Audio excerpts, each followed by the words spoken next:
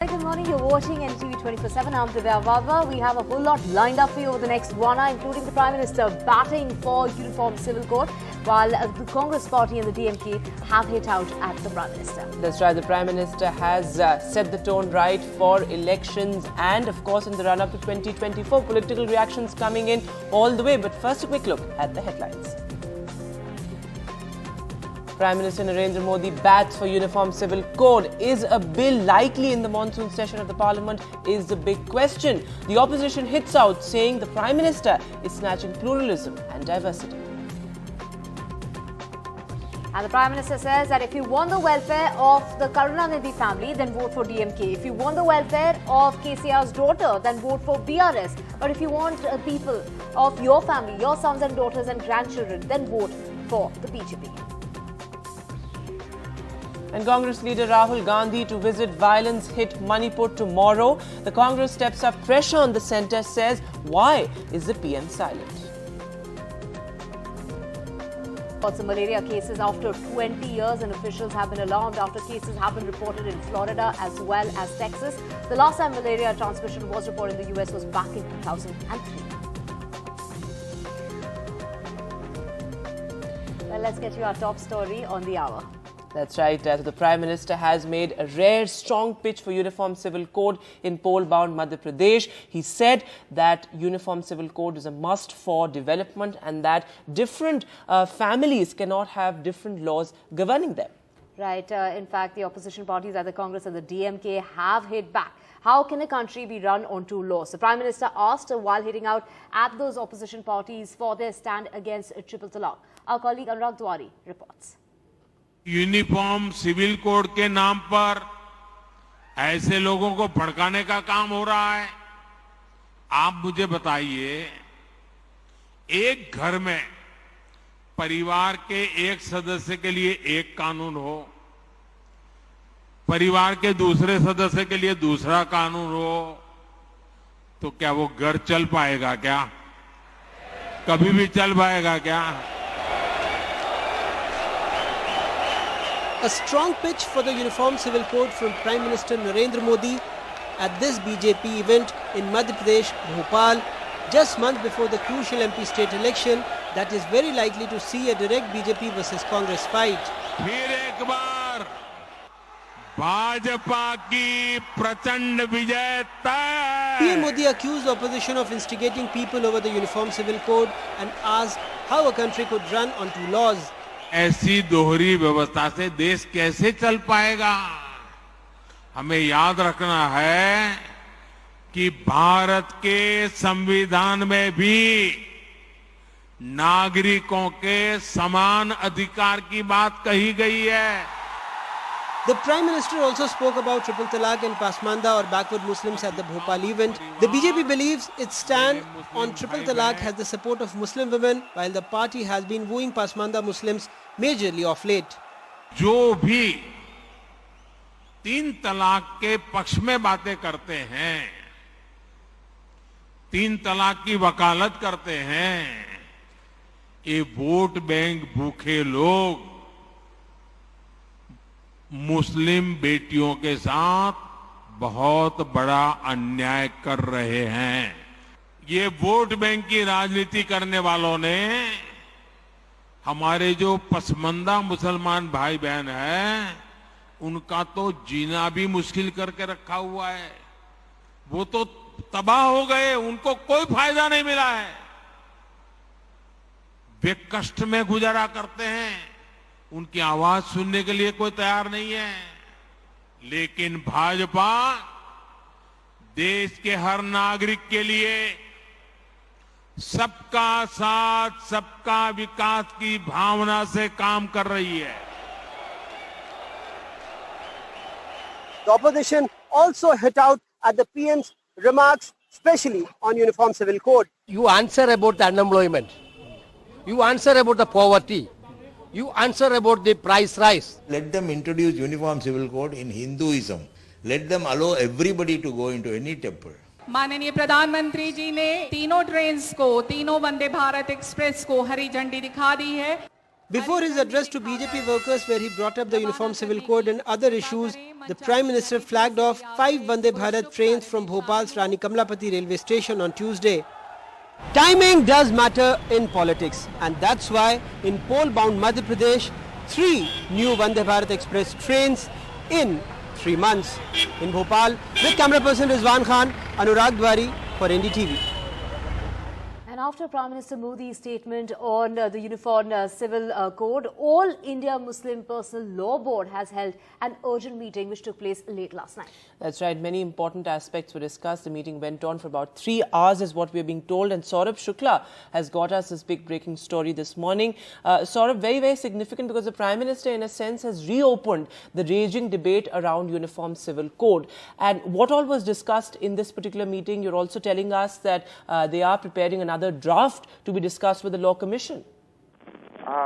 Since Union Government's Vedant on this issue of UCC had already formed a Law Commission, All India Muslim Law Board called an urgent meeting after Prime Minister Modi's statement on UCC, and PM said that how can 2 laws prevail in one house. After that, All India Muslim Personal Law Board held a meeting, and several senior Muslim leaders have also joined through Zoom, and then they discussed this issue for more than 3 hours till late last night, and the meeting got over at 1. And in this meeting, they have decided to form a committee of All India Personal Muslim Law Board. This committee will go and meet Law Commission, which is already working on the issue of UCC. Several religious leaders of All India Muslim Personal Law Board said that if Prime Minister, if it is coming from Prime Minister, then it is a cause of worry for them because there is Law Commission which is already in place, and one should wait for the report of the Law Commission. And if Prime Minister gives such statement, then it is going to be difficult for Muslim community to trust PM or BJP when they say BJP is working on the formula of Sabka Saath, Sabka Vikas and Sabka Vishwas. And leaders of Muslim Personal Law Board will also meet opposition leaders also to raise this issue of Uniform Civil Code in the Parliament in coming monsoon session. So these are the important highlight of this meeting, which was held yesterday late night of All India Muslim Personal Law Board, and they said that they are worried if Prime Minister will say such things, then what is the point of forming a Law Commission and to decide whether to get UCC in India or not. So I think they will also meet in 2 days again and then decide future course of action. Vedant. Right. Thank you so much, Saurabh, for joining us with all those details.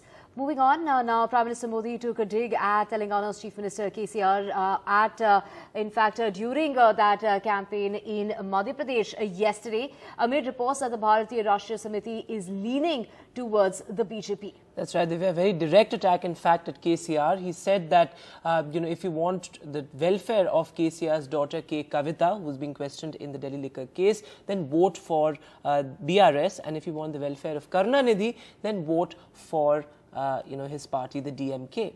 So he also went on to say that if you want the welfare of your own family members, that's your sons, your daughters, your grandchildren, then vote for the BJP. The case against K. Kavita connected to the alleged excise policy scam in Delhi.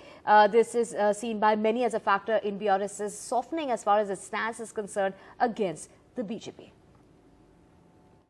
आपको के चंद्रशेखर राव की बेटी का भला करना हो तो आप बीआरएस को वोट दीजिए,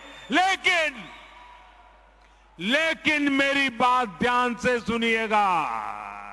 अगर आपको अपने बेटे का, अपनी बेटी का, अपने पोते का, अपनी पोती का, अपने नाते का, अपनी नाती का, अगर आपको अपने परिवार के बच्चों का भला करना है तो आप वोट भाजपा को दीजिए। Now, amid continuing tension as far as Manipur is concerned over the last 2 months since the 3rd of May, Rahul Gandhi will now be visiting the state on the 29th and the 30th of this month, according to the Congress party, and will interact with civil society representatives in Imphal as well as Churachandpur. That's right. These two are the epicenters of the ethnic clashes. Meanwhile, on Monday, the Indian Army urged people to support its efforts towards restoring peace and normalcy in the violence-hit state. The Army has said that women activists who have been leading mob violence there have been deliberately blocking routes and interfering in operations by security forces in the northeastern state.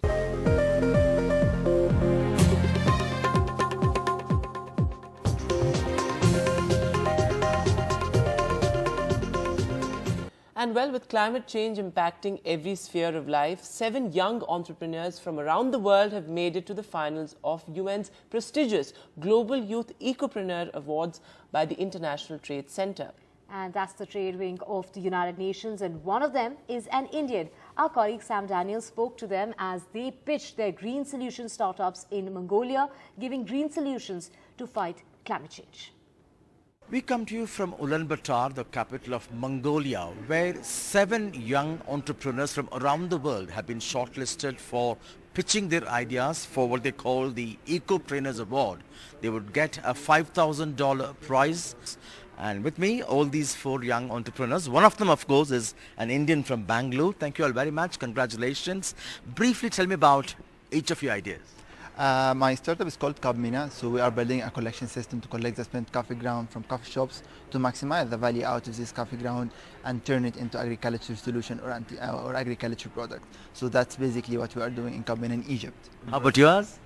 Hi, we're Airy and we're making air filters made from sheep wool in Mongolia.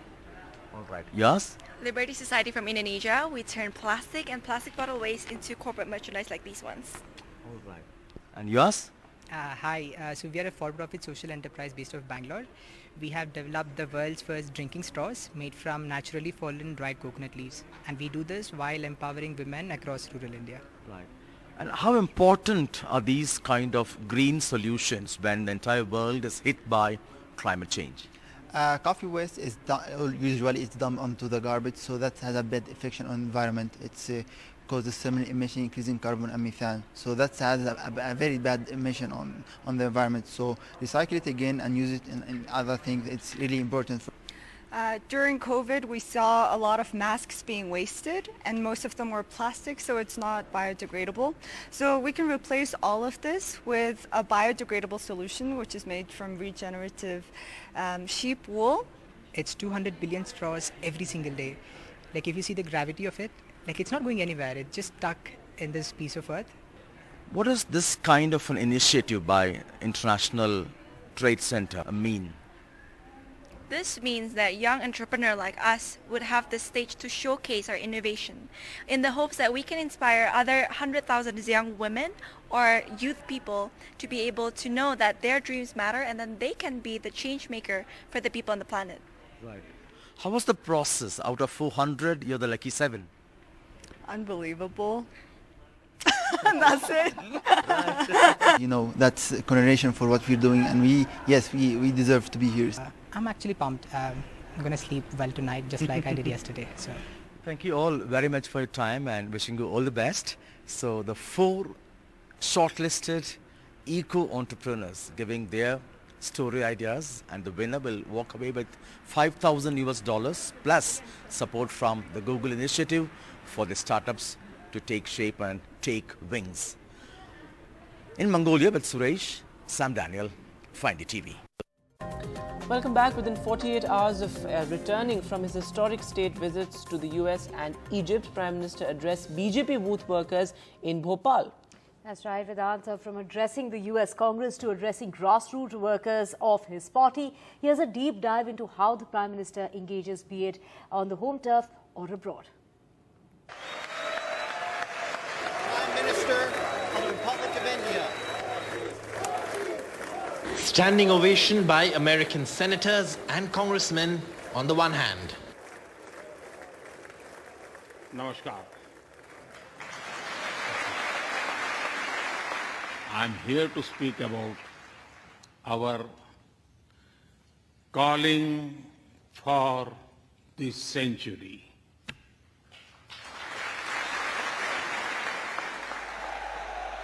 On the other hand, BJP workers up on their feet. देखिए, जो एक booth होता है वो अपने आप में एक बहुत बड़ी इकाई है। हमें कभी भी बूथ की इस इकाई को छोटा नहीं समझना चाहिए। हमें अपने बूथ में राजनीतिक कार्यकर्ता से भी ऊपर उठकर समाज के लिए सुख दुख के साथी के रूप में अपनी पहचान बनानी चाहिए। On the one hand, lessons in diplomacy. But I am delighted to see you come together today to celebrate the bond between world's two great democracies, India and the United States.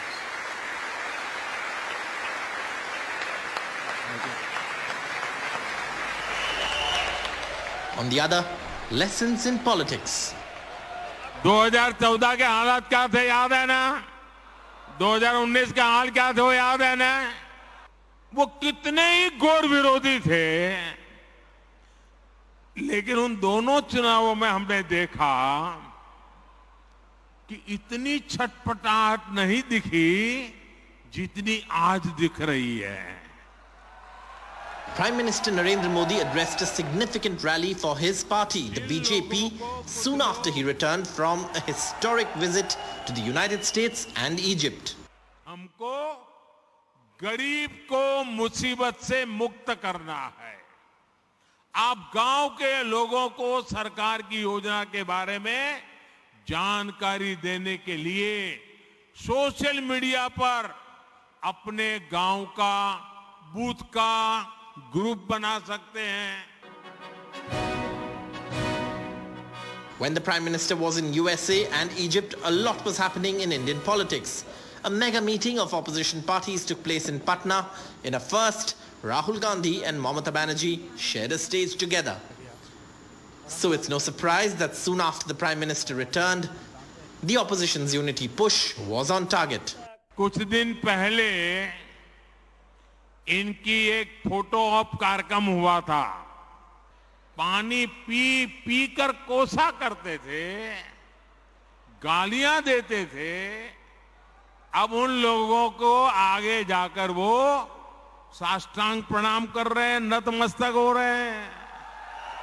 In Madhya Pradesh, the Prime Minister not only sounded the poll bugle for the state, but also set the agenda for Lok Sabha elections. आजकल हम देख रहे हैं कि uniform civil code के नाम पर ऐसे लोगों को भड़काने का काम हो रहा है। आप मुझे बताइए, एक घर में परिवार के एक सदस्य के लिए एक कानून हो, परिवार के दूसरे सदस्य के लिए दूसरा कानून हो, तो क्या वो घर चल पाएगा क्या? Visits to foreign nations, back-to-back meetings there, and then an address to BJP booth workers in Bhopal. Two different lands, two different languages, two different contexts.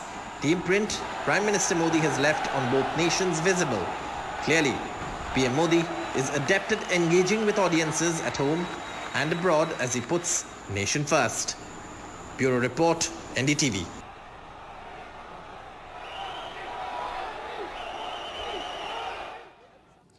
Moving on, the Florida Department of Health has issued a statewide mosquito-borne illness advisory after 4 locally contracted cases of malaria were reported along the Gulf Coast of the southern part of Tampa.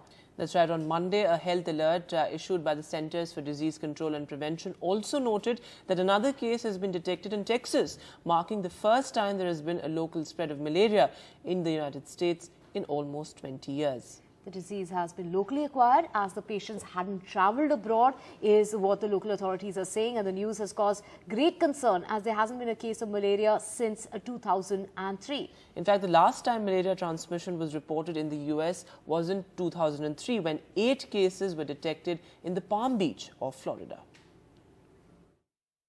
I spend a lot of time outdoors in my garden, and I I've had to be more careful using mosquito repellent, which I never used to do, and trying just to protect myself so I don't get infected.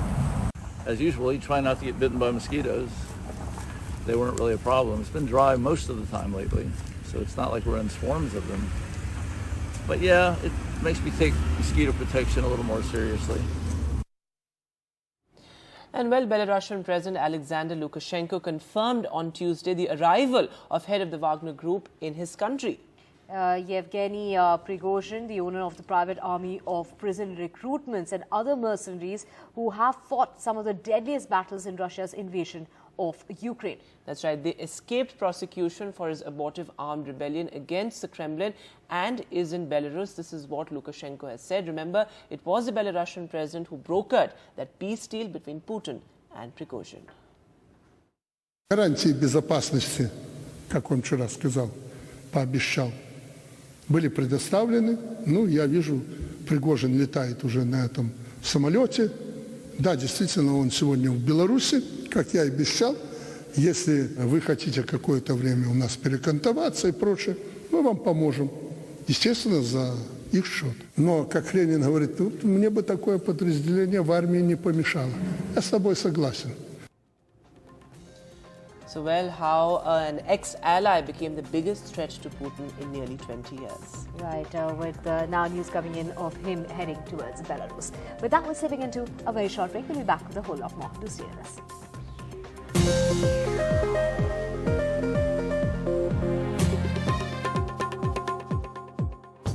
And moving now to an NDTV special report. Suchetan Bhattacharjis, the only child of former West Bengal Chief Minister Buddhadev Bhattacharjis, has decided to undergo a gender affirmation procedure after identifying as a man for years. That's right. Suchetan, who was earlier known as Suchetana, has started taking legal advice and consulting with psychiatrists to obtain the necessary certificates. His decision has sparked a conversation on how often trans men and women are forced to suppress their identity due to societal pressures. Without Live, that's right. Take a look at this report.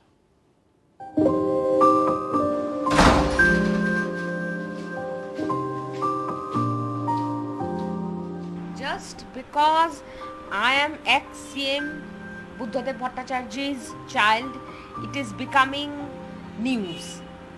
People are so much interested, but it is not a juicy news.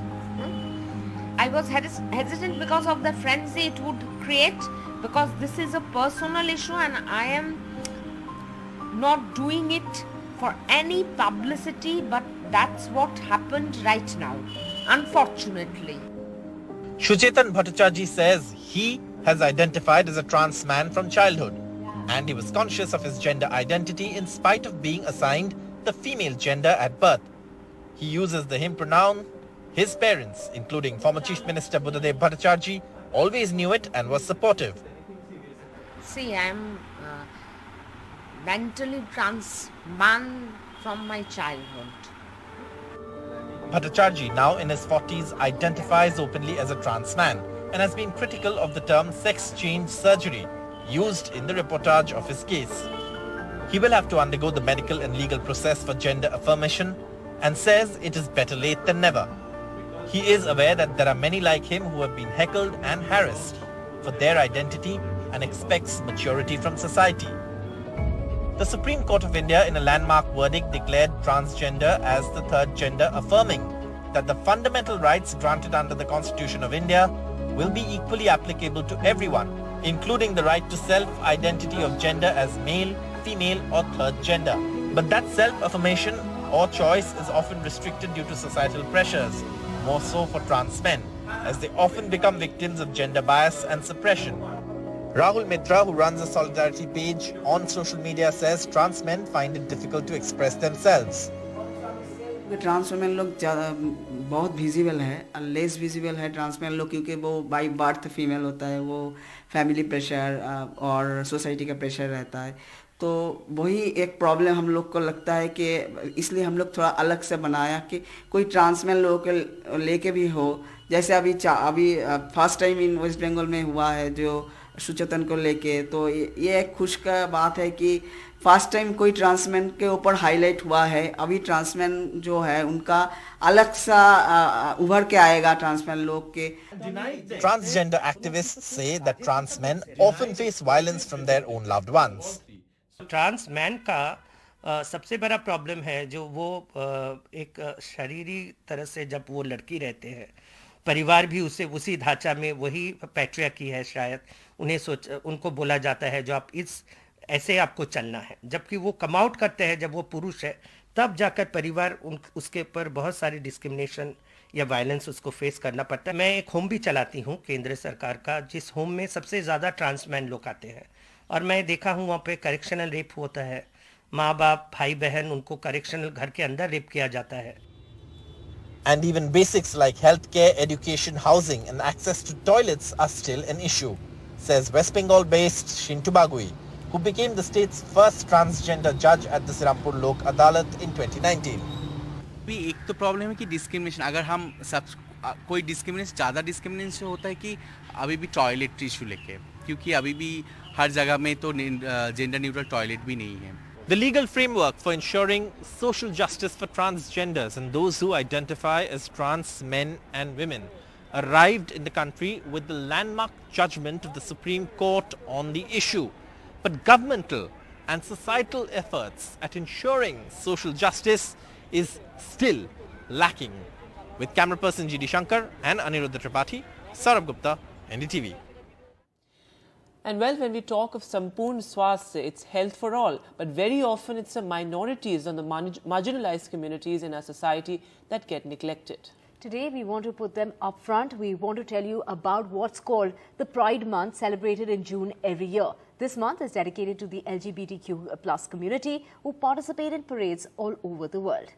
Their message is that we are a part of the society, we are part of you. And in this story, Swastika Mehta takes a look at the brief history of the Pride Month and speaks to the members of the community. I am gay and I am here. The motto of Delhi's Pride Parade that took place in January this year. The first Pride March of 2023 got an overwhelming turnout. It's very important. If you remember when the Supreme Court reinstated 377, they said it's a minuscule minority when you see it out on the streets. Is 15,000 people a minuscule minority on a street? No, it's not. That is why it's important. It's, as the slogan said, I'm gay, I'm here. I'm not hiding in my house. I refuse to hide in my house because you can't deal with it.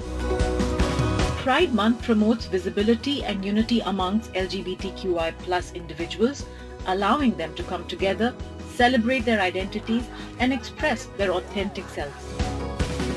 It creates a sense of solidarity to find their place, their voice, their identity as an equal in society.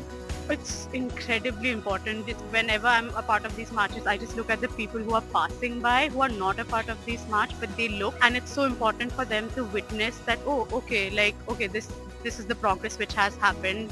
Maybe I can identify as queer, or maybe I have always identified as queer, but I never knew this kind of acceptance is there. The history of why June was chosen as Pride Month can be traced back to the Stonewall Uprising that took place in New York City in the year 1969. At that time, LGBTQI+ individuals faced widespread discrimination and harassment. On June 28th night, a police raid on a gathering place for the queer community sparked a series of protests. June 1970, the first Pride parades held in several cities across the United States commemorating the anniversary of the Stonewall Uprising. To this date, across the world, Pride events continue to be held annually in June. हम लोग यहाँ पे आए कि हमें लोग पहचाने, हमारे हर चीज़ को जाने कि यस हमारा भी मुद्दा है, हम लोग भी हैं जैसे हैं एक्सेप्ट करें.